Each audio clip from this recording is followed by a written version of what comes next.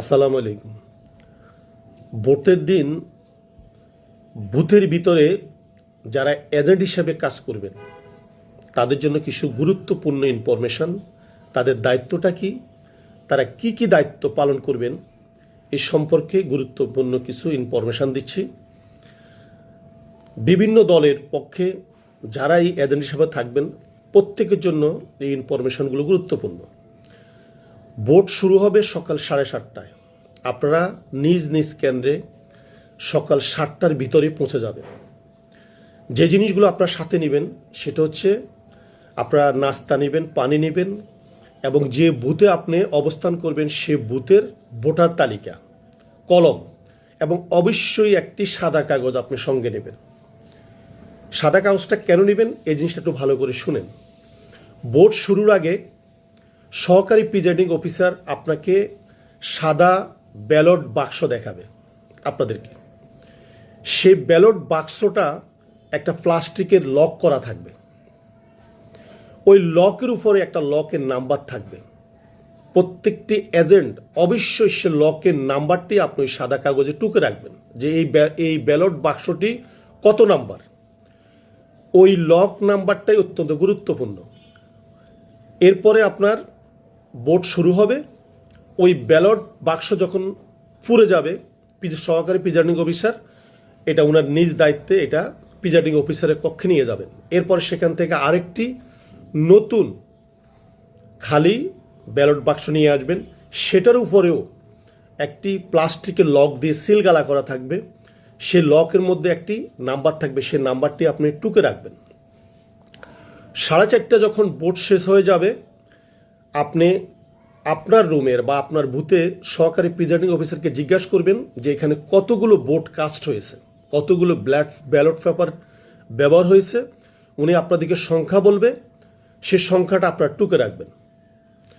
এরপর ভোট যখন শেষ হয়ে যাবে সকল ব্যালট বাক্সগুলো যখন একত্রিত করা হবে এবং একটা কেন্দ্রের মধ্যে হয়তো 10 জন 12 জন বা 8 জন যতগুলো এজেন্ট থাকে, ভোট গণনার সময় সবাইকে কিন্তু সেখানে থাকতে দিবে না। সেখানে প্রত্যেকটি মার্কার পক্ষ থেকে যতজন ছিলেন তাদের মধ্য থেকে একজনকে নেবেন, একজনকে বাছাই করা হবে যিনি ভোট গণনার সময় থেকে শুরু করে রেজাল্ট প্রকাশ করা পর্যন্ত যিনি দায়িত্বে থাকবেন।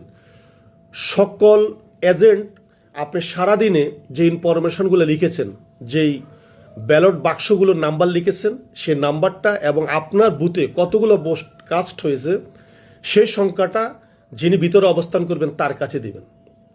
যিনি দায়িত্ব পালন করবেন তিনি অবশ্যই সেই ব্যালট বাক্সের নাম্বারগুলো এবং পুরো ভোটগুলোকে আপনি প্রত্যেকটি ভোটের কাস্টিং ভোটগুলোকে আপনি যোগ করবেন। এরপর যখন বাক্সগুলো আপনাদের সামনে রাখা হবে আপনি আপনার অন্যান্য এজেন্টরা আপনাকে যে ব্যালট বাক্সে যে নাম্বারগুলো দিয়েছে সে নাম্বারগুলোর সাথে আপনি মিলাবেন। এটা এই জন্য গুরুত্বপূর্ণ অতীতের অভিজ্ঞতা থেকে যে এখানে অন্য কোনো বাক্সা আপনাদের অগোচরে কেন্দ্রের ভিতরে ঢুকেছে কিনা। আপনি যখন ওই নাম্বারটার সাথে মিলাবেন তখন আপনি সহজেই সেটা ধরতে পারবেন যে এই ধরনের কোনো বক্স আপনার গোপনভাবে সেই কেন্দ্রে সরবরাহ করা হয়েছে কিনা। এরপর যখন ব্যালট বাক্সগুলো একে একে খোলা হবে, আপনি যদি কোনো কমপ্লেন দেন যে এই ব্যালট বাক্স এখানে এই ভোট কেন্দ্রের নয়, তখন কিন্তু কোনো অবস্থায় তিনি সেটা খুলতে পারবেন না। একজন এজেন্ট যদি আপনার বলতে পারে।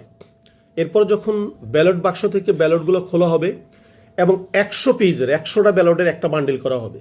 এভাবে বান্ডিল করার পরে আপনাদেরকে জানানো হবে যে এই কেন্দ্রে এত হাজার ভোট কাস্টিং করা হয়েছে।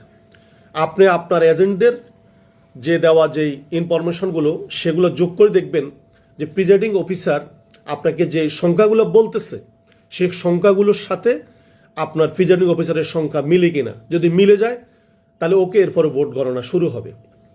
এটা হচ্ছে গুরুত্বপূর্ণ ইনফরমেশন। আরেকটি ইনফরমেশন হচ্ছে প্রত্যেকটি ভোট কেন্দ্রে প্রায় 10% ভোটার থাকে খুবই বয়স্ক, তা যাদের বয়স 70 বছর 80 বছর। এরা হয়তো 5 বছর অন্তর বা 10 বছর অন্তর একবার ভোট দিতে আসে। এরা ভোট দিতে জানে না।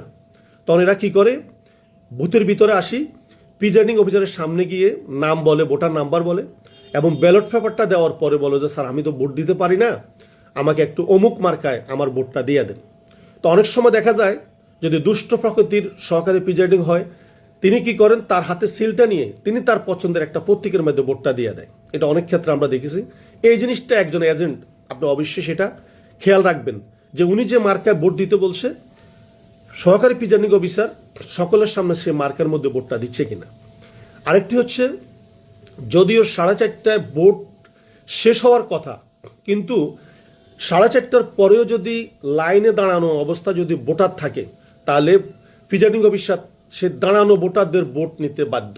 যদি সেটা সন্ধ্যা হয়ে যায়, 5টা হয়ে যায়, 6টা হয়ে যায়, 7টা হয়ে যায়, এরপরও তিনি তার সে প্রত্যেকটা ভোটারে তিনি ভোট নিতে হবে।